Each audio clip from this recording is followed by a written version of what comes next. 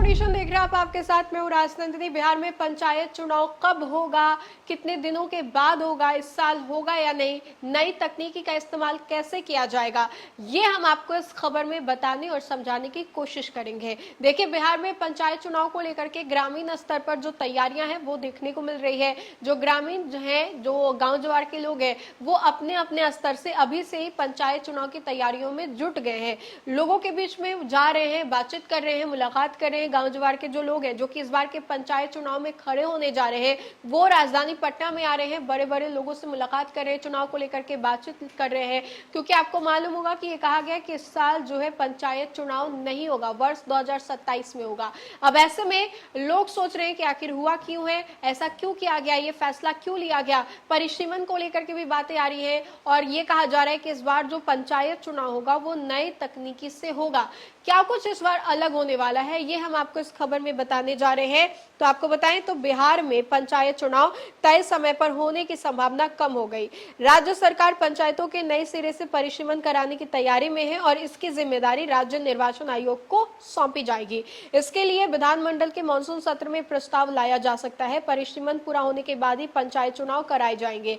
अब 2011 की जनगणना बनेगी इसकी आधार। सरकार ने पंचायतों के परिसीमन के लिए वर्ष 2011 की जनगणना को आधार बनाने का निर्णय लिया है। इससे पहले जो है 1991 की जनगणना के आधार पर परिसीमन किया गया था। उस प्रक्रिया को पूरा होने में करीब 2 वर्ष का समय लगा था। पिछले परिसीमन के बाद राज्य में 8053 पंचायतों का गठन हुआ था। इस बार पंचायतों की संख्या जो है करीब 1.5 गुना तक वृद्धि होने की संभावना जताई जा रही है। चर्चा है कि 8000 से अधिक आबादी वाली पंचायतों को विभाजित कर पंचायतों का गठन किया जाएगा, नई पंचायतों का। अब वर्तमान की व्यवस्था की बात करें तो उसके अनुसार 7000 की आबादी पर एक ग्राम पंचायत, 5000 की आबादी पर समिति क्षेत्र और 500 की आबादी पर एक वार्ड का गठन किया जाता है। वहीं 50,000 की जनसंख्या पर जिला परिषद क्षेत्र निर्धारित होता है।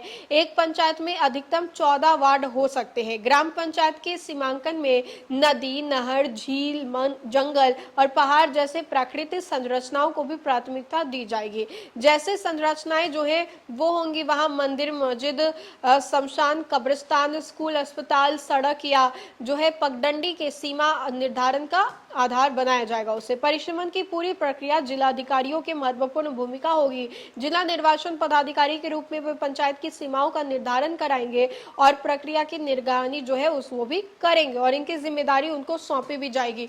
तो बिहार के पंचायत चुनाव को लेकर के, बिहार में जो चुनाव होने वाला है पंचायत का, उसको लेकर के अभी से जो सुगबुगाहट है वो देखने को मिल रही है। कहा यह जा रहा है कि इस बार नए तरीके से जो चुनाव है वो कराए जाएंगे। क्या कुछ खास जानकारी हमारे पास थी, हमने आप तक साझा किया और बताया कि चुनाव को लेकर के, पंचायत चुनाव को लेकर के ग्रामीणों के बीच में क्या कुछ तैयारी है। फिलहाल के लिए खबर में इतना ही। खबरों का सिलसिला लगातार जारी रहेगा। तब तक के लिए आप देखते रहे न्यूज़ फॉर नेशन। बहुत बहुत शुक्रिया।